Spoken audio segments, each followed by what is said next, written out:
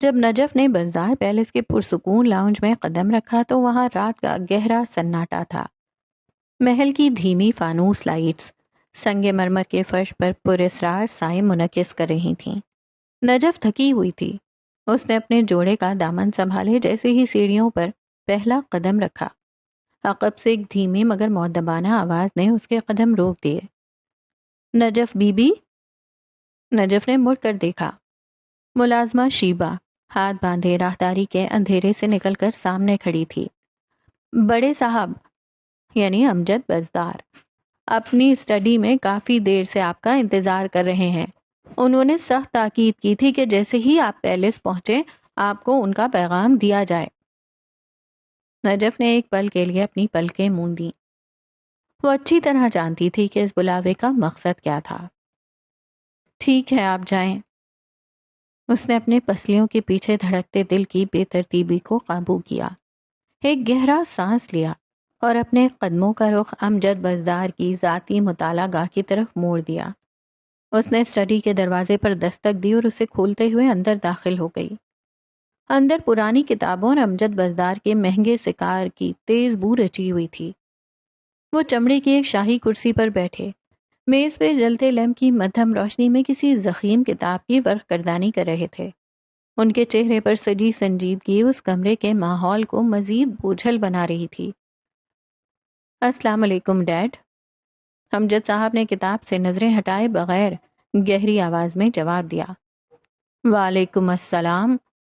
انہوں نے کتاب کو نفاست سے بند کیا اور نظریں اٹھا کر نجف کو دیکھا۔ وہ نک سکسی تیار کتابوں کی ایک شیلف کے سامنے کھڑی تھی۔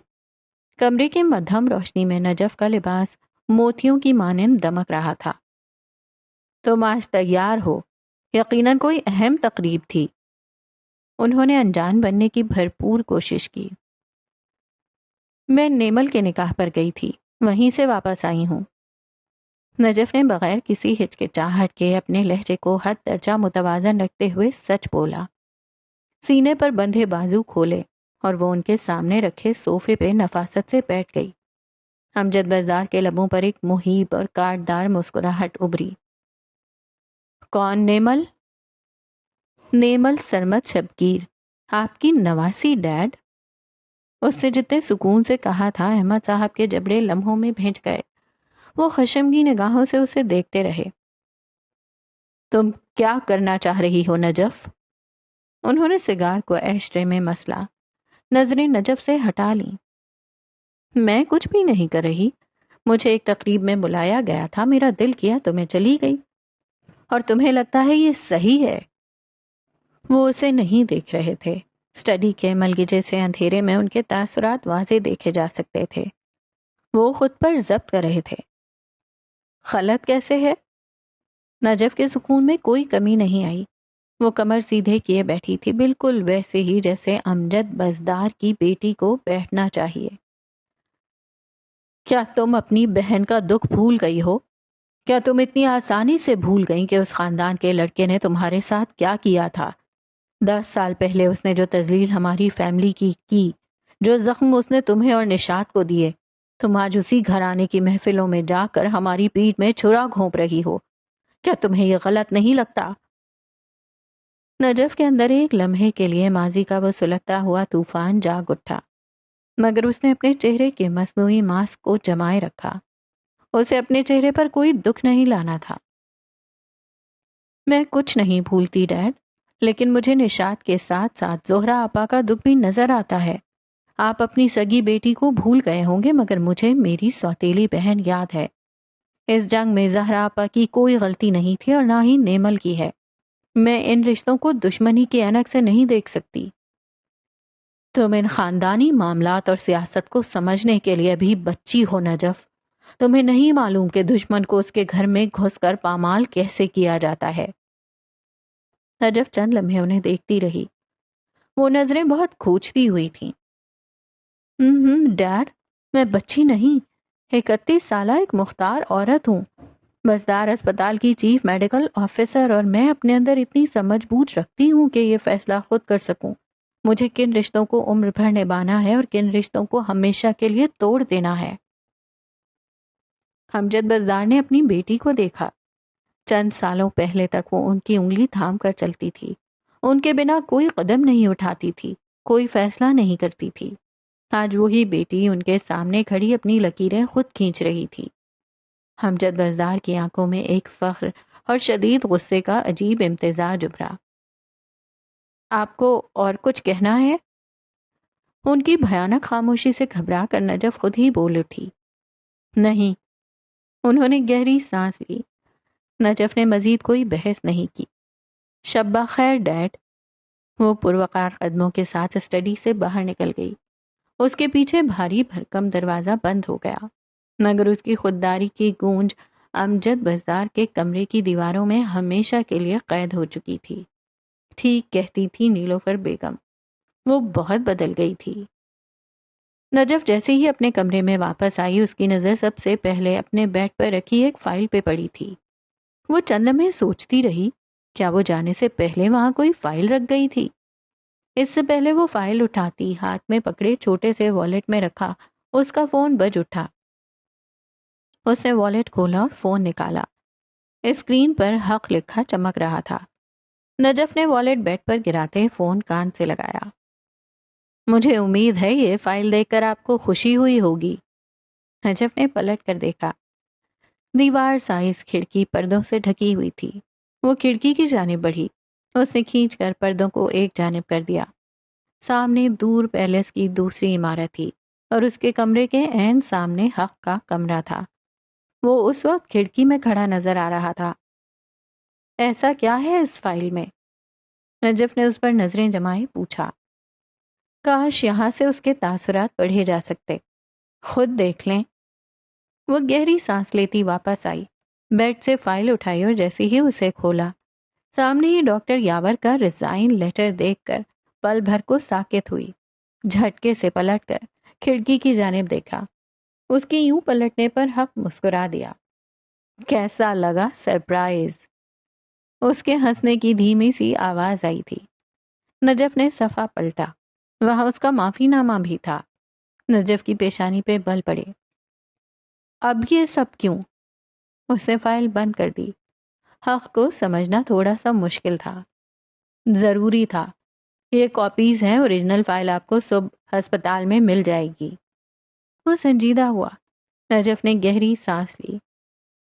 اگر ڈاکٹر یاور کو نکالنا ہی تھا تو پھر اس نرس کو کیوں نکالا؟ وہ الجھ گئی۔ وہ ہاسپٹل کی ریپوٹیشن کے لیے ضروری تھا، اور یہ بھی ہاسپٹل کی ریپوٹیشن کے لیے ضروری ہے۔ میں کچھ بھی بلا وجہ نہیں کرتا۔ ٹھیک ہے۔ نجف نے اس کا جواب سنے بنا ہی فون کاٹ دیا۔ حق کھڑکی سے ہٹ چکا تھا۔ وہ اب کرسی پہ بیٹھی اپنے جوتے اتار رہی تھی، البتہ چہرے کے تاثرات تنے ہوئے تھے۔ میں تو نام کی ہی سی ایم او ہوں، ہوتا تو وہی ہے جو یہ محترم چاہتے ہیں۔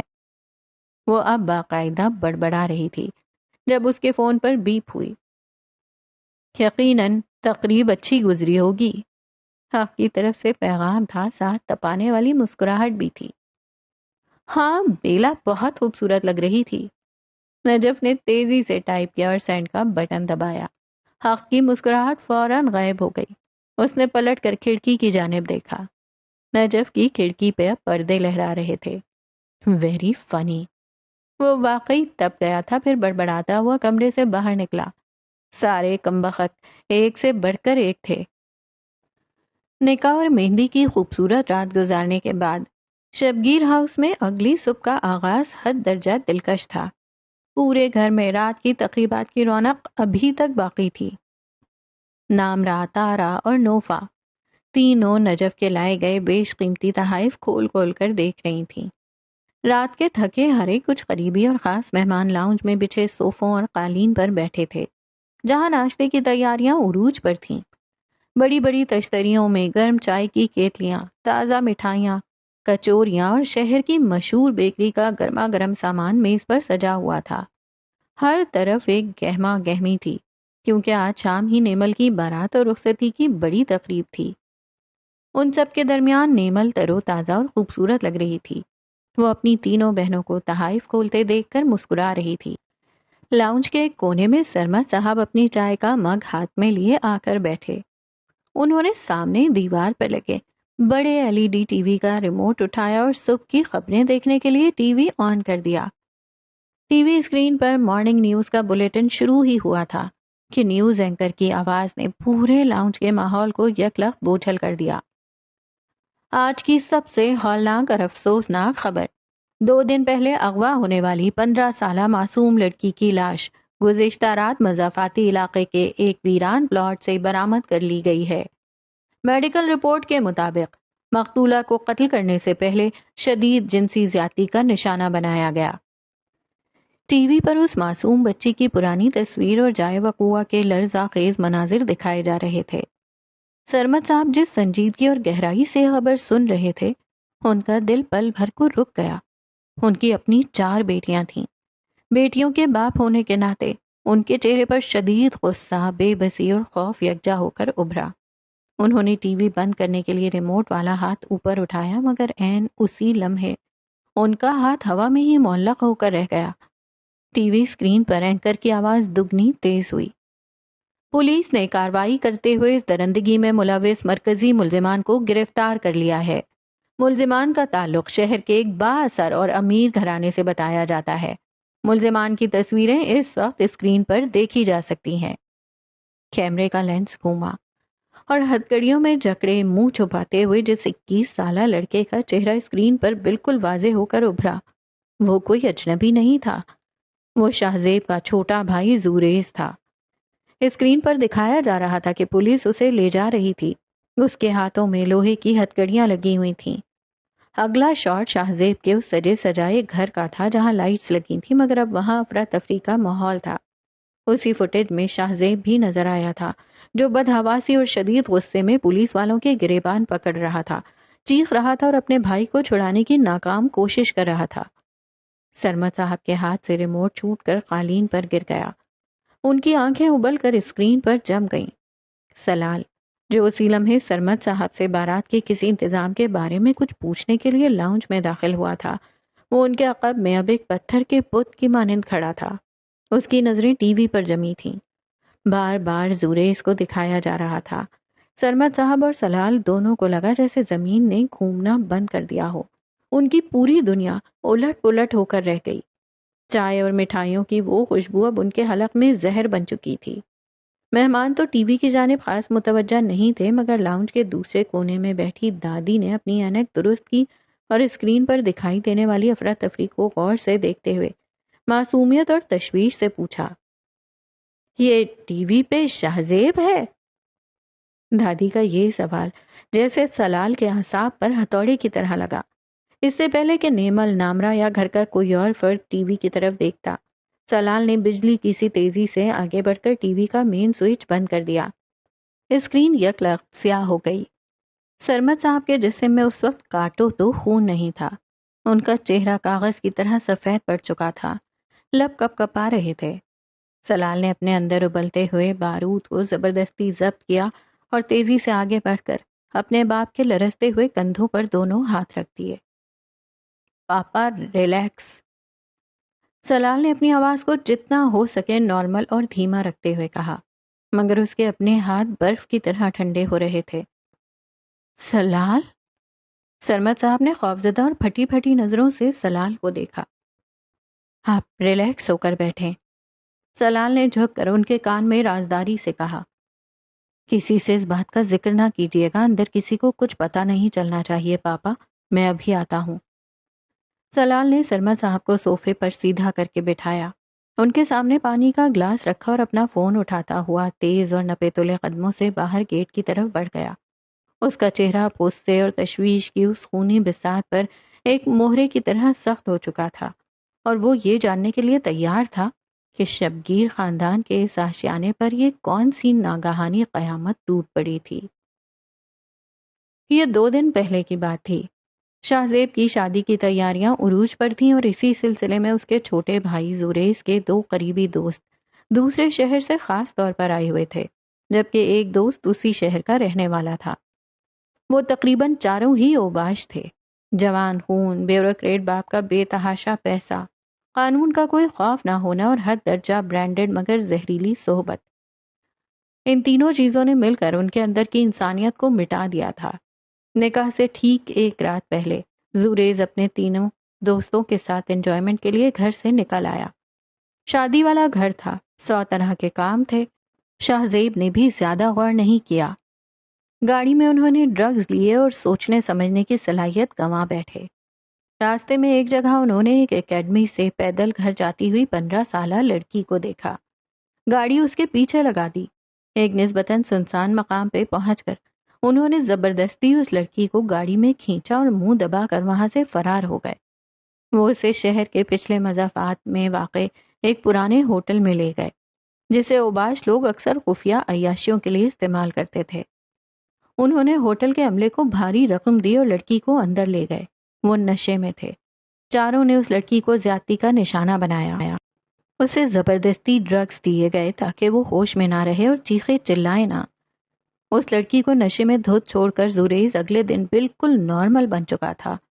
وہ اپنے بھائی کی مہندی اور نکاح کی تقریب میں سوٹ بوٹ پہن کر معصومیت کا لبادہ اوڑھے گھومتا رہا، یہاں تک کہ اس نے بات چیت کی بہت کوشش کی۔ کسی کے وہم و گمان میں بھی نہیں تھا کہ اس ہنستے مسکراتے چہرے کے پیچھے ایک درندہ چھپا ہوا تھا۔ پچھلی رات جیسے ہی مہندی کی تقریب ختم ہوئی اور سب مہمان چلے گئے، یہ چاروں لڑکے دوبارہ اسی پرانے ہوٹل پہنچے۔ وہاں انہوں نے بھاری مقدار میں نشہ کیا۔ نشے کی زیادتی اور حیوانیت کے زیر اثر انہوں نے دوبارہ اس لڑکی کے ساتھ بدترین سلوک کیا۔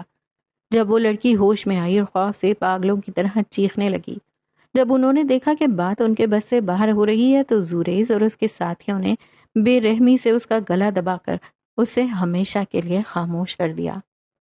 جرم چھپانے کی جلدی میں وہ لاش کو گاڑی کی ڈگی میں ڈال کر شہر کے ایک ویران پلاٹ کے کچرے کے ڈھیر میں پھینک کر بھاگ گئے۔ مگر گناہ کبھی چھپتا نہیں ہے۔ جہاں انہوں نے لاش پھینکی وہاں قریب ایک سیکیورٹی CCTV کیمرہ نصب تھا، جس کے اینگل میں ان کی گاڑی کی موومنٹ بالکل واضح آ گئی۔ رات کے اندھیرے میں بھی کیمرے نے گاڑی کی نمبر پلیٹ کو اسکین کر لیا۔ پولیس نے جب صبح لاش برآمد کی اور فوٹیج کھنگالی تو نمبر پلیٹ کا ڈیٹا سیدھا زوریز کے نام پر نکلا۔ اس کے دوسرے شہر سے آئے ہوئے دونوں دوست پچھلی رات جرم کرنے کے فوراً بعد ہی الٹی فلائٹ پکڑ کر اپنے شہر بھاگ چکے تھے، مگر چونکہ گاڑی زوریز کی تھی اور جائے وقوع پر اس کی موجودگی کے تکنیکی ثبوت موجود تھے، اس لیے قانون کا شکنجہ سیدھا اس کے گرد کسا گیا۔ صبح ہوتے ہی شاہ زیب کے گھر کے باہر جہاں بارات کی روانگی کے لیے پھول لگائے جا رہے تھے، پولیس کی 3 گاڑیاں پہنچ چکی تھیں۔ یوں تو ان کا تعلق ایک بااثر بیوروکریٹ خاندان سے تھا۔ ان کے والد سلطان احمد کی پہنچ حکومت کے اعلیٰ ایوانوں تک تھی، مگر اس بار کیس اتنا ہولناک تھا اور پولیس کے پاس لوہے کے پختہ ثبوت تھے کہ کوئی بھی سفارش یا پیسہ کام نہ آ سکا۔ میڈیا اس کیس کو لائیو کور کر رہا تھا، جس کی وجہ سے پولیس کے اعلیٰ افسران پر بھی شدید دباؤ تھا۔ پولیس نے زوریز کو بستر سے اٹھا کر ہتکڑیاں لگا کر گاڑی میں ڈال دیا۔ شاہ زیب کے لیے یہ ہولناک تھا جس نے اس کے پیروں تلے سے زمین کھینچ لی تھی۔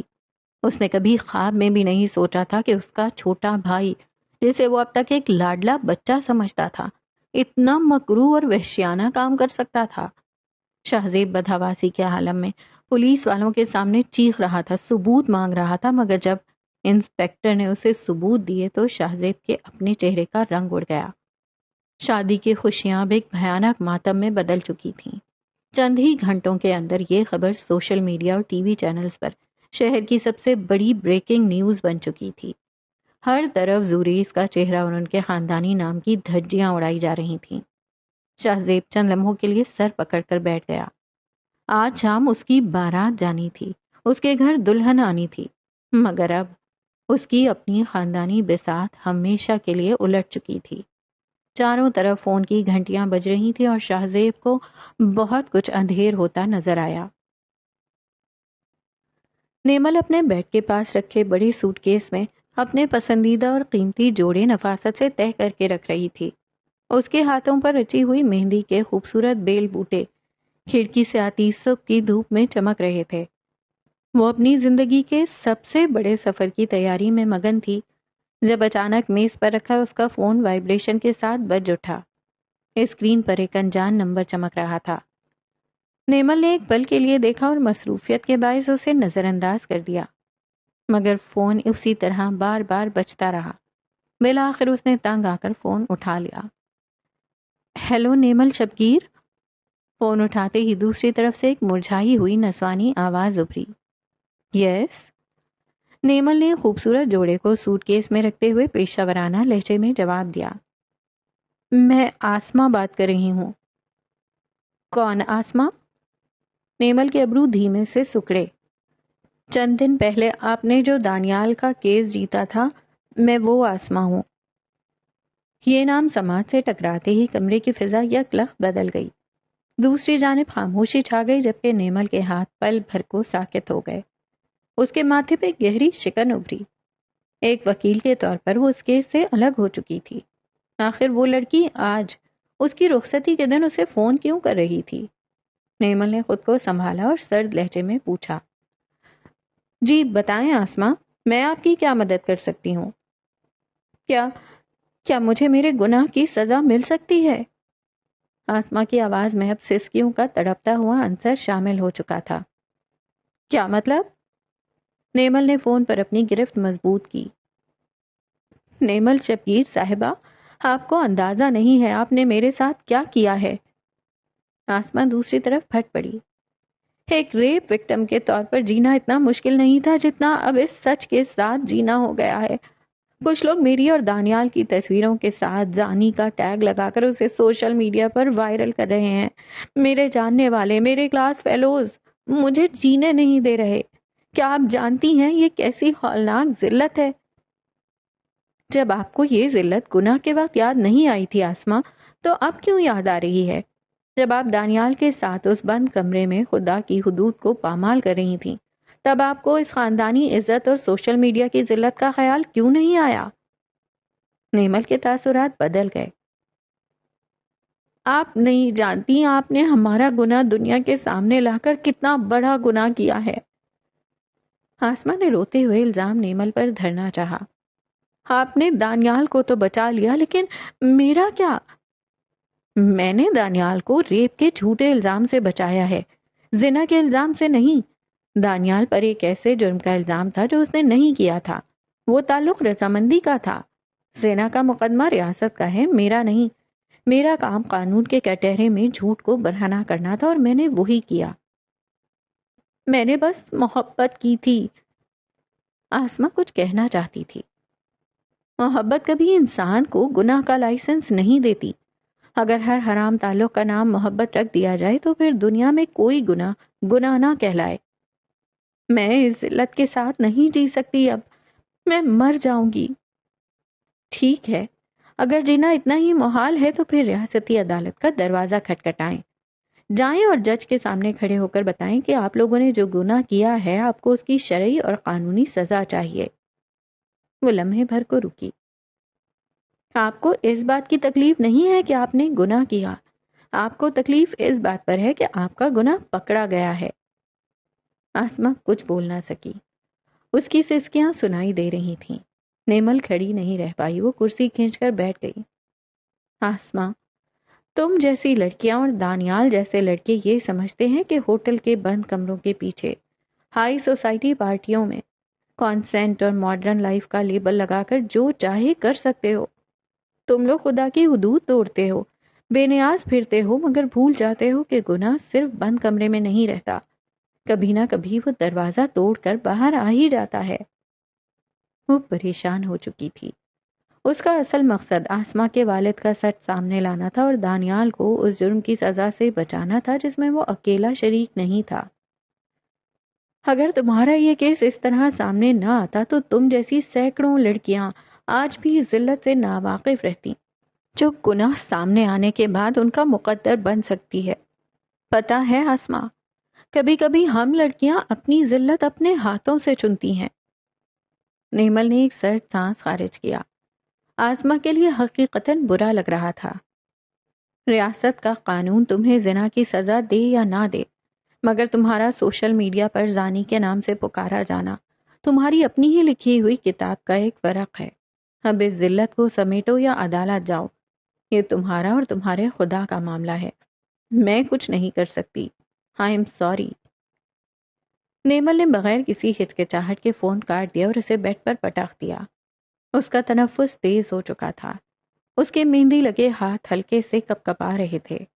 کبھی کبھی حادثات بھیانک روپ اختیار کر لیتے ہیں، اور سوشل میڈیا پہ آسما کی تصاویر وائرل کرنے والا اور کوئی نہیں، اس کے اپنے قریبی لوگ ہوں گے۔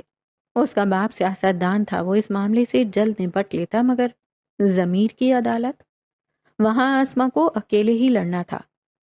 آج کا معاشرہ، ہمارا ماحول اور اس میں سانس لیتی نوجوان نسل، جدت پسندی اور نام نہاد آزادی کے نام پر ایک ایسے اندھے پن کا شکار ہو چکی ہے جہاں گناہ اور ثواب کے مابین کھینچی گئی لکیریں یکسر دھندلا گئی ہیں۔ ہوٹل کے بند کمروں، پوشیدہ نیٹ ورکس اور وقتی لذتوں کو کنسنٹ کا جدید لبادہ اڑھا کر اس قدر عام کر دیا گیا ہے کہ دلوں سے خدا کا خوف ہی رخصت ہو چکا ہے۔ سب سے بڑا المیہ یہ ہے کہ موجودہ دور کے ریاستی اور دنیاوی قوانین میں لوگوں کو زنا جیسے قبیح گناہ کی وہ سخت سزا نہیں ملتی جو ہونی چاہیے، جس کی وجہ سے ہماری نسل خود کو ہر ضابطے سے آزاد اور محفوظ سمجھ کر گناہ کی دلدل میں بے نیاز پھرتی ہے۔ اگر آسما اور دانیال جیسا کیس ننگا ہو کر معاشرے کے سامنے نہ آئے تو آج کی لڑکیوں اور لڑکوں کو کبھی یہ یاد ہی نہ رہے کہ مکر و فریب کی اس چکا چوند سے پرے رسوائی کے اس کٹہرے میں زنا کی کیا ہولناک سزا ہوتی ہے۔ انسان بھلے دنیا کی آنکھوں میں دھول جھونک کر مظلوم بننے کا کارڈ کھیل لے، مگر جب قدرت کا ترازو ہلتا ہے تو وہ انسان کو اسی کے گناہ کی لذت کے ساتھ زندہ ترگور کر دیتا ہے۔ ہر گناہ اپنی سزا ساتھ لے کر پیدا ہوتا ہے، بس بعض سزائیں فوراً دکھائی نہیں دیتی۔ کئی لمحے یوں ہی گزر گئے۔ نیمل بیٹھی رہی۔ کمرے میں دوبارہ وہی بوجھل سکوت تھا۔ وہ خود کو نارمل کرنے کے لیے دوبارہ سوٹ کیس کی طرف مڑی ہی تھی کہ کمرے کے دروازے پر ایک بدحواس دستک ہوئی۔ نیمل نے چونک کر سر اٹھایا۔ دروازے کی چوکھٹ پر سلال کھڑا تھا۔ اس کا چہرہ اس وقت کاغذ کی طرح سفید ہو چکا تھا۔ ماتھے پر پسینے کی بوندیں چمک رہی تھیں اور اس کی آنکھوں میں وحشت اور پریشانی کا طوفان تھا۔ آپی، وہ… سلال کی آواز اس کے حلق میں آ کر پھنس گئی۔ سب ٹھیک ہے سلال؟ نیمل کا دل کسی انکہے خوف سے دھڑک اٹھا۔ وہ ہاتھ میں پکڑا جامنی جوڑا سوٹ کیس میں ہی چھوڑ کر تیزی سے آگے بڑھی۔ سلال کے گلے کی گلٹی ڈوب کر ابھری۔ اس کی نظریں نیمل کے ان ہاتھوں پر گئیں جہاں کل رات رچی مہندی کے سرخ بیل بوٹے صبح کی دھوپ میں چمک رہے تھے۔ رخصتی کے دن شادی والے گھر میں اپنی بہن کو اتنی ہولناک خبر وہ کیسے دیتا؟ اس کے اپنے لب کانپ رہے تھے۔ بتاؤ سلال، کیا ہوا ہے؟ تم اس طرح کیوں ری ایکٹ کر رہے ہو؟ نیمل نے اس کے سامنے کھڑے ہوتے سخت لہجے میں پوچھا۔ اور پھر چند ہی لمحوں میں سلال نے خود پر قابو پاتے ہوئے نیمل کو وہ سب کچھ بتا دیا جو ٹی وی اسکرین پر نشر ہو چکا تھا۔ زوریز کو پولیس نے گرفتار کر لیا تھا اور وہ 15 سالہ معصوم لڑکی کا اغوا، گینگ ریپ اور مرڈر کیس۔ سلال کا ایک ایک لفظ نیمل کی سماعت پر کسی جلتے ہوئے تیزاب کی طرح گرا۔ سچائی کا یہ زہر رگوں میں دوڑتے ہی نیمل کی کنپٹی کی رگیں تن گئیں اور وہ بری طرح پھول آئیں۔ اس کا سر چکرانے لگا۔ مہندی کے وہ خوشبو یکلخت بھیانک بو میں بدل گئی۔ وہ پھٹی پھٹی نگاہوں سے کبھی سلال کو دیکھ رہی تھی اور کبھی بیڈ پر پڑے اپنے فون کو، جس کی اسکرین جل بجھ رہی تھی۔ شاہزیب فون کر رہا تھا اور نیمل، وہ بس ساکت تھی۔ کچھ گھنٹوں بعد وہ شاہزیب کے بالکل سامنے کھڑی تھی۔ گزشتہ رات ہی ان کا نکاح ہوا تھا۔ انہوں نے اپنی زندگی کے لاکھوں خوبصورت خواب بنے تھے، مگر انہوں نے کبھی خواب کے بدترین حصے میں بھی نہیں سوچا تھا کہ نکاح کے بعد اور رخصتی سے ٹھیک پہلے ان کی پہلی باقاعدہ ملاقات زندگی کے اس گھناؤنے موڑ پر ہوگی۔ میز پر نیمل کے بالکل سامنے زوریز کی کرائم فائل کھلی پڑی تھی۔ اس فائل میں پولیس کے پختہ ثبوت، جائے وقوع کی سی سی ٹی وی فوٹیجز کے پرنٹس، گاڑی کی نمبر پلیٹ کا ڈیٹا اور سب کچھ موجود تھا۔ کیس بہت صاف اور واضح تھا۔ یہ نیمل کی زندگی کی سب سے بڑی اور سب سے مشکل جنگ تھی۔ ایک طرف اس کا شوہر تھا اور دوسری طرف اس کا ضمیر اور قانون کا وہ ترازو تھا جس کی قسم اس نے کھائی تھی۔ تمہیں کسی بھی طرح زوریز کو بچانا ہوگا نیمل۔ شاہزیب سلطان کی آواز میں ایک بیوروکریٹ کے بیٹے کا وہ روایتی دباؤ اور بدحواسی تھی جو قانون کو اپنے گھر کی لانڈی سمجھتا ہے۔ بس ایک بار بس ایک بار وہ ضمانت پر باہر نکل آئے، اس کے بعد ڈیڈ خود سب کچھ دیکھ لیں گے. ہمارے پاس ہائی کورٹ کے ججز تک رسائی ہے. زورے سلطان، بیوروکریٹ سلطان احمد کا چھوٹا بیٹا، اور اس بیوروکریٹ کے 21 سالہ بیٹے نے ایک معصوم بے گناہ لڑکی کو اغوا کیا، اسے وحشیانہ جنسی تشدد کا نشانہ بنایا اور پھر اسے کچرے کے ڈھیر پر مار کر پھینک دیا. فائل کے صفحات پلٹتے ہوئے نیمل کے جبڑے بری طرح بھیجے ہوئے تھے. اس کے مہندی لگے ہاتھوں میں شدید کپکپاہٹ تھی. یہ ہاتھ اس ظلم کی تفصیلات پڑھتے ہوئے کانپ رہے تھے یا اس مرد کے بدلتے روپ کو دیکھ کر جو اس کا شوہر بن چکا تھا؟ وہ فیصلہ نہیں کر پائی. اس سے پہلے نیمل کچھ کہتی شاہ زیب کی جیب میں رکھا مہنگا فون دگنی شدت سے بج اٹھا. اس نے لرزتے ہاتھوں سے اسکرین دیکھی اور فوراً کان سے لگایا. جی ڈیڈ. شاہ زیب کی آواز میں بدحواسی تھی. جی جی نیمل یہی میرے سامنے ہے، وہ فائل دیکھ رہی ہے. آپ فکر نہ کریں ڈیڈ، وہ ایک بہترین کرمنل لائر ہے. آج ہی ضمانت ہو جائے گی. قانون میں کوئی نہ کوئی لوپ ہول تو مل ہی جائے گا. شاہ زیب کا یہ جملہ سماعت سے ٹکراتے ہی نیمل کے اندر کا سارا ضبط بارود بن کر پھٹ گیا. وہ ایک جھٹکے سے اپنی کرسی سے اٹھ کھڑی ہوئی. اس کے بال الجھے جوڑے میں بندھے ہوئے تھے. اس کی آنکھوں میں اس وقت غصے، صدمے اور شدید کرب کی نمی تیر رہی تھی. وہ حیرت اور وحشت سے شاہ زیب کو دیکھ رہی تھی، جو یہ جانتے ہوئے بھی کہ اس کا بھائی ایک ریپسٹ اور ایک بے رحم قاتل ہے، اسے محض اپنے خاندانی نام، اپنے باپ کے بیوروکریٹک غرور اور پیسے کی قیمت پر قانون کا گلا گھونٹ کر بچانا چاہتا تھا. میں یہ نہیں کر سکتی. نیمل کی آواز بند کمرے کی دیواروں سے ٹکرائی. شاہ زیب نے چونک کر فون کان سے ہٹایا اور حیرت زدہ نظروں سے اسے دیکھا. کیا مطلب؟ مطلب یہ کہ شاہ زیب سلطان صاحب، میں ایک قاتل اور ایک ریپسٹ کے لیے عدالت کے کٹہرے میں کھڑی نہیں ہو سکتی. میں اس قانون کا مذاق نہیں اڑا سکتی جس کے سر پر ہاتھ رکھ کر میں نے سچائی کا حلف اٹھایا تھا. نیمل کا لہجہ دو ٹوک تھا جس نے شاہ زیب کے چہرے کا رنگ اڑا دیا. نیمل، تم پاگل ہو گئی ہو؟ شاہ زیب غصے سے میز پر جھکا. اس کی آنکھیں سرخ ہو رہی تھیں. وہ میرا سگا بھائی ہے، وہ تمہارا دیور ہے. ہماری خاندانی عزت، میرے باپ کا کیریئر، سب کچھ اس ایک کیس سے جڑا ہوا ہے. تم ایک وکیل ہو، وکیلوں کا کام مجرموں کو بچانا بھی ہوتا ہے. وکیلوں کا کام بے گناہوں کے لیے لڑنا ہوتا ہے شاہ زیب، ایسے درندوں کے لیے نہیں. نیمل نے فائل کو جھٹکے سے بند کیا جس کی آواز کمرے میں گونج گئی. اس کا چہرہ سرخ پڑ چکا تھا. تم جانتی ہو تم کیا کہہ رہی ہو؟ شاہ زیب ابھی تک صدمے کی سی کیفیت میں تھا. اسے وکیلوں کی کمی نہیں تھی، لیکن اسے یہ امید نہیں تھی کہ نیمل اسے یوں انکار کر دے گی. نیمل اس کا ساتھ نہیں دے گی. میں اپنے ہوش و حواس میں ہوں اور میں جانتی ہوں میں کیا کہہ رہی ہوں. نیمل نے شاہ زیب کی آنکھوں میں دیکھتے ہوئے کہا، جبکہ شاہ زیب ابھی صدمے کی سی کیفیت میں اسے دیکھ رہا تھا. میں تمہارا شوہر ہوں نیمل. تمہیں آپ کی بیوی ہونے سے پہلے میں ایک عورت ہوں، اور ایک عورت ذات کے ساتھ ہوئے ایسے گھناؤنے ظلم پر کسی مرد کا ساتھ نہیں دے سکتی. یہ شہر بہترین وکیلوں سے بھرا پڑا ہے. آپ اپنے بھائی کو بچانے کے لیے جو چاہے مرضی کریں، میں آپ کو نہیں روکوں گی، لیکن اس میں میں آپ کا ساتھ نہیں دوں گی. I am sorry. نیمل نے سنجیدگی سے کہتے رخ موڑ لیا. شاہ زیب کے ہونٹ بھیج گئے. اس نے ایک نظر نیمل کی پشت دیکھی اور پھر فائل اٹھا کر کمرے سے باہر نکل گیا. اس کے پیچھے دروازہ زور سے بند ہوا تھا. اس کے جاتے ہی جیسے نیمل کی ٹانگیں جواب دے گئیں. وہ گرنے والے انداز میں کرسی پہ ڈھہ گئی. اس نے اپنا سر پکڑ لیا. دماغ جیسے کام کرنا چھوڑ چکا تھا. اس نے خالی خالی نظروں سے دروازے کی جانب دیکھا جس کے باہر اس کے گھر والے انتظار کر رہے تھے، اور پھر وہ اٹھ کر شکستہ قدموں سے کمرے سے باہر نکل گئی. شبگیر ہاؤس میں اس وقت کا منظر کسی بھی شادی والے گھر سے یکسر مختلف تھا. رخصتی کا وقت قریب سے قریب تر ہوتا جا رہا تھا. کارڈ بڑھ چکے تھے. دور دراز کے مہمانوں نے رخصتی دیکھنے کے لیے اپنے قیام کا دورانیہ بڑھا لیا تھا، اور یہاں قیامت برپا تھی. سریا چچی آئی ہوئی تھیں.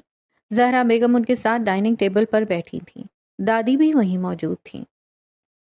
برا مت مانیے گا بھابھی، لیکن ایسے امیر خاندانوں میں ایسی باتیں ہوتی رہتی ہیں. رشتہ ہمیشہ اپنے برابر کے لوگوں میں کرنا چاہیے.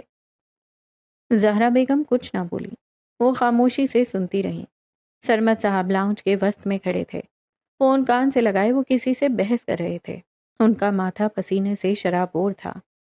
اور نیمل اس وقت ایک ایسی کشتی پر سوار تھی جو بیچ بھنور میں پھنس چکی تھی۔ ایک جانب شاہزیب تھا جس کے ساتھ اس نے کل رات زندگی کے نئے سفر کا حلف لیا تھا، اور دوسری جانب اس کا ضمیر اور پیشہ تھا۔ وہ مطمئن تھی کہ زوریز کو سزا ملنی چاہیے، لیکن اس کے اپنے دل میں شاہزیب کے لیے موجود جذبات اسے دولخت کر رہے تھے۔ آئی ایم سوری آپی، تارا نیمل کے کمرے میں آئی تھی۔ کس لیے؟ نیمل نے حیرت سے اسے دیکھا اور اس کا ہاتھ پکڑ کر اسے اپنے پاس بٹھایا۔ تارا تھوڑی گھبرائی ہوئی لگ رہی تھی۔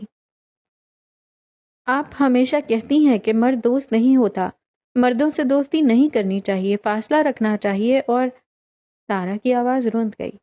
وہ کسی بھنور میں پھنسی تھی۔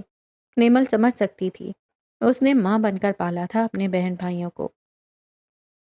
کل جب میں نے زوریز کو فنکشن پر دیکھا تو وہ مجھے بہت کول لگا، اچھا لگا۔ میں نے سوچا کہ…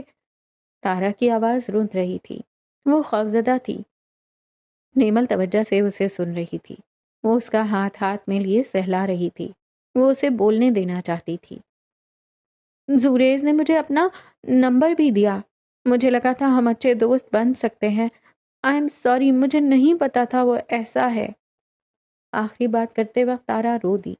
وہ بہت خوفزدہ تھی۔ نیمل نے بے ساختہ اسے اپنے بازوؤں میں بھر لیا۔ جو لڑکی اس حادثے کا شکار ہوئی تھی وہ تارا ہی کی ہم عمر تھی، اور نیمل یہ تصور بھی نہیں کر سکتی تھی۔ اٹس اوکے ہنی، میں نہیں کہہ رہی کہ زوریز برا ہے، ہاں، پر اس نے بہت برا کیا ہے، تمہاری کوئی غلطی نہیں ہے۔ وہ اسے بازوؤں میں لیے تھپک رہی تھی، اور تارا کے اندر جو صبح سے غبار بھرا تھا وہ آہستہ آہستہ بہہ رہا تھا۔ اس کی شخصیت نوفا سے قدرے مختلف تھی، مگر اس وقت وہ بالکل خوفزدہ لگ رہی تھی۔ باہر سرمد صاحب نے فون بند کیا اور نیمل کے کمرے کی طرف بڑھے۔ نیمل، انہوں نے دروازے پر کھڑے ہو کر پکارا۔ نیمل نے تارا کے آنسو صاف کرتے ہوئے سر اٹھایا۔ سلطان صاحب کا فون تھا۔ وہ کہہ رہے ہیں تم اب اس خاندان کا حصہ ہو اور تم ایک وکیل ہو، تمہیں اب اس خاندان کے لیے کھڑا ہونا چاہیے۔ ان کا کہنا ہے کہ یہ وقت تمہارے پروفیشنلزم کا نہیں بلکہ تمہاری وفاداری کا امتحان ہے۔ میں اس گھر کی بہو ہوں، لیکن میں کسی مجرم کی وکیل نہیں بن سکتی۔ وفاداری انسان کے ضمیر سے شروع ہوتی ہے، خاندان کی دہلیز سے نہیں۔ شاہزیب کے بھائی نے جس لڑکی کو قتل کیا ہے وہ بھی کسی کی بیٹی تھی۔ اگر میں اپنی شادی بچانے کے لیے ظلم پر خاموش ہو گئی تو کل کو میں اپنے ہی ضمیر کو کیا جواب دوں گی؟ میں ان کے خاندان کے ساتھ ہوں ابا، ان کے جرم کے ساتھ نہیں۔ سرمد صاحب کا دل پر بھر کو فخر سے بھر گیا، مگر وسوسے ان کے دل میں گھر کر چکے تھے۔ جانے آگے کیا ہونے والا تھا۔ ادھر سلطان ہاؤس کا منظر بھی کچھ مختلف نہیں تھا۔ وہاں بھی شادی کا ماحول تھا، لیکن خوشی کی جگہ خوف و ہراس نے لے لی تھی۔ مسز سلطان ایک صوفے پر نیم دراز اپنے بیٹے کی گرفتاری پر زارو قطار رو رہی تھی۔ ہر کوئی جانتا تھا کہ آج بیوروکریٹ سلطان احمد کے بیٹے کی شادی تھی، مگر آج پورا شہر ان کے چھوٹے بیٹے کے مکروہ جرم کا پرچار کر رہا تھا۔ سلطان احمد کمرے میں طیش کے عالم میں چہل قدمی کر رہے تھے۔ وہ فون پر اعلیٰ حکام کو دھمکیاں دے رہے تھے اور کبھی منتیں کر رہے تھے۔ شاہزیب، جس کے ہاتھ میں ابھی تک کل رات کی انگوٹھی چمک رہی تھی، ایک کونے میں پتھر کی طرح ساکت کھڑا تھا۔ سلطان احمد نے فون پھینکا اور شاہزیب کی طرف مڑے۔ نیمل کا کیا جواب ہے؟ شاہزیب نے اپنی ماں کی طرف دیکھا، پھر باپ کی طرف۔ اس کا گلا خشک تھا۔ وہ اس کیس میں ہماری مدد کرنے سے انکار کر رہی ہے ڈیڈ۔ سلطان احمد کی آنکھوں میں غصہ اور تکبر کا ایک طوفان امڈ آیا۔ انکار؟ وہ جس دن اس گھر کی بہو بنی ہے وہ اس کی پابند ہے۔ خیر، سیکھ جائے گی۔ شاہزیب، تم اپنی بیوی کو سنبھالو اور زوریز آج شام تک ضمانت پر باہر آ جائے گا۔ انہوں نے اپنی بیوی کو دیکھتے ہوئے کہا، تم لوگ بارات کی تیاری کرو، شادی نہیں رکے گی۔ وہ حکم صادر کر کے کمرے سے باہر نکل گئے۔ شاہزیب وہیں کھڑا رہ گیا۔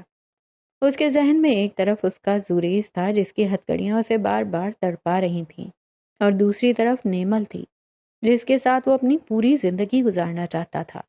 اسے خوف بھی تھا کہ اگر آج اس نے باپ کا ساتھ دیا تو نیمل اسے ہمیشہ کے لیے کھو دے گی، اور اگر نیمل کا ساتھ دیا تو اس کا پورا خاندان اسے غدار قرار دے گا۔ باہر میڈیا کا ہجوم بارات کی کوریج کے لیے جمع تھا، اور اندر خاندان ایک اندھی کھائی میں گر رہا تھا۔ جانے قسمت کیا گل کھلانے والی تھی۔ اوپری منزل پہ واقع کمرے میں صرف 4 لوگ تھے، سرمد صاحب، سقراط، سلال اور نیمل۔ مرکز میں رکھا شیشے کا ٹیبل خاموش تھا، مگر اس کے گرد بیٹھے چاروں وجود اپنے اندر ایک قیامت اٹھائے ہوئے تھے۔ کئی لمحے کسی نے ایک لفظ نہ بولا۔ آخر سرمد صاحب نے دونوں ہاتھ آپس میں بھینچتے ہوئے خاموشی توڑی۔ ایک بات طے کرنی ہوگی، کیا رخصتی روک دی جائے؟ یہ سوال ہوا میں معلق رہ گیا۔ سلال نے بے اختیار سر اٹھایا۔ میرا دل کہتا ہے روک دیں۔ ایسے حالات میں آپ ہی کو رخصت کرنا مجھے ٹھیک نہیں لگ رہا۔ کل تک وہ لوگ ہمارے لیے بہترین خاندان تھے، اور آج ان کے گھر سے ایک قاتل نکلا ہے۔ کمرے میں خاموشی چھا گئی۔ سقراط اپنی جگہ خاموش بیٹھا تھا۔ اس نے انگلیاں آپس میں پھنسا رکھی تھیں۔ چند لمحوں بعد وہ دھیرے سے بولا، فیصلے غصے میں نہیں کیے جاتے، خاص طور پر وہ فیصلے جن کے اثرات پوری زندگی پر پڑتے ہوں۔ اس کی نظریں سرمد صاحب پر تھیں۔ سوال صرف زوریز کا نہیں ہے، سوال یہ ہے کہ کیا شاہ زیب بھی اپنے بھائی جیسا انسان ہے؟ نیمل نے فوراً سر اٹھایا۔ نہیں۔ تینوں نظریں ایک ساتھ اس پر اٹھیں۔ نیمل نے گہرا سانس لیا۔ وہ غلط کر رہا ہے، بہت غلط، مگر وہ اپنے بھائی کو بچانے کی کوشش کر رہا ہے۔ ایک قاتل کو بچانے کی کوشش بھی تو جرم ہی ہے۔ سلال بے اختیار بول اٹھا۔ بالکل ہے، نیمل نے فوراً مان لیا، اور اسی لیے میں اس کا کیس نہیں لڑوں گی، کبھی نہیں۔ کمرے میں بیٹھے تینوں مرد خاموشی سے اسے سنتے رہے۔ نیمل کی نظریں اب کھڑکی سے باہر کہیں دور تھیں۔ لیکن میں ایک اور حقیقت بھی جانتی ہوں، وہ آہستہ سے بولی۔ آج اگر میں صرف اس حادثے کی وجہ سے رخصتی روک دیتی ہوں تو اس وقت شاہزیب بالکل تنہا رہ جائے گا۔ اس کا بھائی جیل میں ہے، اس کا باپ طاقت کے نشے میں اندھا ہو چکا ہے، اس کی ماں ٹوٹ رہی ہے، اور میں اس کی شریک حیات ہوں۔ سرمد صاحب خاموشی سے اپنی بیٹی کو دیکھتے رہے۔ نیمل کی آواز مزید نرم ہو گئی۔ شریک حیات ہونے کا مطلب ہر غلط کام میں ساتھ دینا نہیں ہوتا، لیکن ہر آزمائش میں ساتھ چھوڑ دینا بھی نہیں ہوتا۔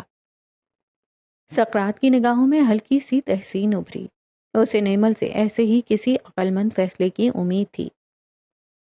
اگر میں آج رخصت ہوتی ہوں تو اس کا مطلب یہ نہیں ہوگا کہ میں زوریز یا انکل سلطان کے ساتھ ہوں۔ میں صرف اپنے شوہر کے ساتھ کھڑی ہوں، اس امید کے ساتھ کہ شاید وہ ایک دن صحیح اور غلط کے درمیان فرق کرنا سیکھ لے۔ سلال نے خاموشی سے سر ہلایا۔ سرمد صاحب نے لمبی سانس خارج کی۔ لیکن لوگ، وہ تلخی سے مسکرائے، پورا شہر یہی کہے گا کہ سرمد نے اپنی بیٹی ایسے گھر بھیج دی جہاں لوگ کل بھی بولتے تھے ابا، اور کل بھی بولیں گے اگر رخصتی نہ ہوئی۔ خاموشی پھر سے کمرے میں اتر آئی۔ چند لمحوں بعد سقراط اپنی جگہ سے اٹھا۔ اس نے سرمد صاحب کی طرف دیکھا۔ میں نیمل کی بات سے اتفاق کرتا ہوں، وہ ٹھہر کر بولا۔ رخصتی روکنے سے صرف ایک بحران دوسرے بحران میں بدل جائے گا۔ سرمد صاحب نے آنکھیں بند کر کے چند لمحے سوچا، پھر انہوں نے دھیرے سے سر ہلا دیا۔ ٹھیک ہے، ان کی آواز بوجھل تھی، رخصتی آج ہی ہوگی۔ یہ فیصلہ سناتے ہوئے ان کا گلا بھر آیا۔ لیکن ایک بات یاد رکھنا، بیٹیاں رخصت ہوتی ہیں، بے گھر نہیں ہوتی۔ یہ گھر ہمیشہ تمہارا رہے گا۔ نیمل کی آنکھیں بھیگ گئیں۔ اس نے خاموشی سے اپنے باپ کا ہاتھ تھام لیا۔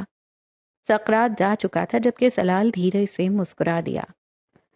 شام کے سائے گہرے ہوتے ہی آسمان پر ایک زرد رنگت پھیل گئی تھی۔ یہ وہ شام تھی جس کے استقبال کے لیے شبگیر ہاؤس مہینوں سے سج رہا تھا، مگر آج جب وہ وقت آیا تو فضا میں کوئی ترنگ تھی، نہ کوئی شہنائی۔ جس بارات کو بینڈ باجے، دھوم دھام اور ڈھولک کی تھاپ پر شاہانہ جاہو جلال کے ساتھ آنا تھا، وہ ہر درجہ سادگی اور خاموشی سے ہال کی دہلیز پر آ اتری۔ عروسی جوڑے میں ملبوس اپنے ہی ہاتھوں کی ہنائی خوشبو سے دم گھٹتی دلہن بنی نیمل کے چہرے کی تمام رمق مرجھا چکی تھی۔ اس کے سرخ گالوں پر پیلاہٹ تیر رہی تھی اور اس کی آنکھیں اب کسی ویران جھیل کا منظر پیش کر رہی تھیں۔ کئی ہولناک خدشات، وسوسے اور انکہے خوف کسی مہیب اژدہے کی مانند پھن پھیلائے اس کے نازک کندھوں پر بیٹھے تھے، جن کا بوجھ اس سے اٹھائے نہیں اٹھ رہا تھا۔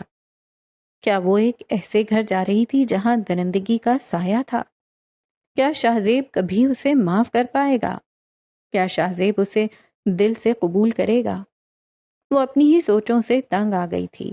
گھر کے باقی افراد کے چہروں پر بھی ہوائیاں اڑ رہی تھیں۔ ایک دم گھونٹتا ہوا تناؤ ہر وجود پر مسلط تھا۔ اس کے باوجود شبگیر خاندان نے اپنی روایتی شرافت اور خاندانی وقار کا بھرم رکھتے ہوئے آگے بڑھ کر بارات کا استقبال کیا۔ شاہزیب سہرے کے بغیر بالکل سپاٹ اور منجمد چہرے کے ساتھ اندر داخل ہوا۔ اس کی آنکھوں کی وہ چمک جو کل رات تک نیمل کے لیے تھی، اب ایک گہرے صدمے کی راکھ میں بدل چکی تھی۔ نکاح چونکہ پہلے ہی ہو چکا تھا، اس لیے اب صرف رخصتی کی چند رسمی گھڑیاں باقی تھیں۔ نیمل کو لا کر اسٹیج پر شاہزیب کے برابر بٹھا دیا گیا۔ دونوں ایک دوسرے کے اتنے قریب تھے مگر ان کے درمیان جیسے صدیوں کا فاصلہ حائل ہو چکا تھا۔ شاہزیب کے سوٹ کی اندرونی جیب میں رکھا اس کا فون سائلنٹ پر تھا، مگر اس کی اسکرین مسلسل جل بجھ رہی تھی۔ کبھی اس کے قریبی احباب کا فون آ رہا تھا، کبھی وکلا کے پیغامات اور کبھی میڈیا کے نمائندوں کی کالز۔ شاہزیب اس جلتی بجھتی اسکرین کو دیکھتا تو اس کے جبڑے مزید بھینچ جاتے۔ وہ سب کے سامنے خود کو نارمل دکھانے کے لیے بار بار اپنے لبوں پر مصنوعی مسکراہٹ لانے کی کوشش کرتا، مگر وہ مسکراہٹ اس کے چہرے پر آنے سے پہلے ہی دم توڑ جاتی۔ وہ اپنے ہی وجود میں ایک قیدی بن چکا تھا۔ نیمل بالکل ساکت بیٹھی سامنے دیکھ رہی تھی۔ اس نے شاہزیب کے چہرے کی بدحواسی کو دیکھا مگر اس کے لبوں سے ہمدردی کا ایک لفظ بھی نہ نکل سکا۔ اس کی زبان تالو سے جا چپکی تھی۔ پہلو میں بیٹھا شخص اس کا شوہر تھا مگر چند گھنٹے بعد اس کے ساتھ کیسا سلوک کرتا وہ یہی سوچے جا رہی تھی۔ پورے ہال میں موجود مہمانوں کے درمیان کٹیلی چمگوئیاں اور سرگوشیاں عروج پر تھیں۔ طرح طرح کی باتیں بن رہی تھیں۔ دیکھو ذرا، دولہے کا بھائی ریپسٹ اور قاتل نکلا اور یہ لوگ ایسے بیٹھے ہیں جیسے کچھ ہوا ہی نہ ہو۔ بیچاری لڑکی، رخصتی کے دن ہی کیسی بدنامی کا طاق گلے میں پڑ گیا۔ تو لڑکی کا خاندان کون سا صاف ستھرا ہے؟ دلہن کے چاچو نے بھی تو یہی کیا تھا۔ لوگوں کی نظریں نیمل اور شاہزیب کو تپتے ہوئے کوئلوں کی طرح جھلسا رہی تھیں۔ اس تمام تماشے سے دور ہال کے اندر پھیلی اس زہریلی فضا سے خود کو بچانے کے لیے سقراط منظرنامے سے ہٹ چکا تھا۔ وہ جانتا تھا کہ اگر وہ ہال کے اندر جاتا تو لوگ اس کے ماضی اور اس کے پرانے حادثات کو اکھاڑ کر باتیں بنانا شروع کر دیتے۔ ایسے نازک موقعوں پر تماشائیوں کو پرانے زخم کریدنے کا اچھا موقع مل جاتا ہے، اور یہ بھی ممکن تھا کہ اس ہولناک صورتحال میں شاہزیب کے گھر والے اس کی موجودگی کا برا مان جاتے۔ وہ نیمل کے لیے مشکل نہیں بننا چاہتا تھا، مگر دوسری طرف نیمل تھی اس کی لاڈلی بھتیجی۔ وہ نیمل کو اس دنیا میں سب سے زیادہ عزیز رکھتا تھا۔ کیا وہ اپنی انا اور لوگوں کے ڈر سے اس کی رخصتی جیسے اہم ترین لمحے میں اس کے ساتھ نہ کھڑا ہوتا؟ اسی شدید ذہنی اور جذباتی کشمکش کا شکار سقراط شادی ہال کے عین سامنے سڑک کے پار بنے ایک پرسکون ریسٹورانٹ کی شیشے والی کھڑکی کے پاس بیٹھا تھا۔ میز پر چائے کا کپ ٹھنڈا ہو رہا تھا اور اس کی گہری نظریں سڑک پار کھڑی گاڑیوں کی قطاروں اور ہال کے چمکتے ہوئے اس بیرونی گیٹ پر جمی تھیں جہاں سے نیمل نے کچھ دیر بعد رخصت ہونا تھا۔ وہ ابھی دل اور دماغ کے اسی ہولناک دلدل میں پھنسا ہوا تھا کہ میز پر رکھا اس کا فون تیز وائبریشن کے ساتھ بج اٹھا۔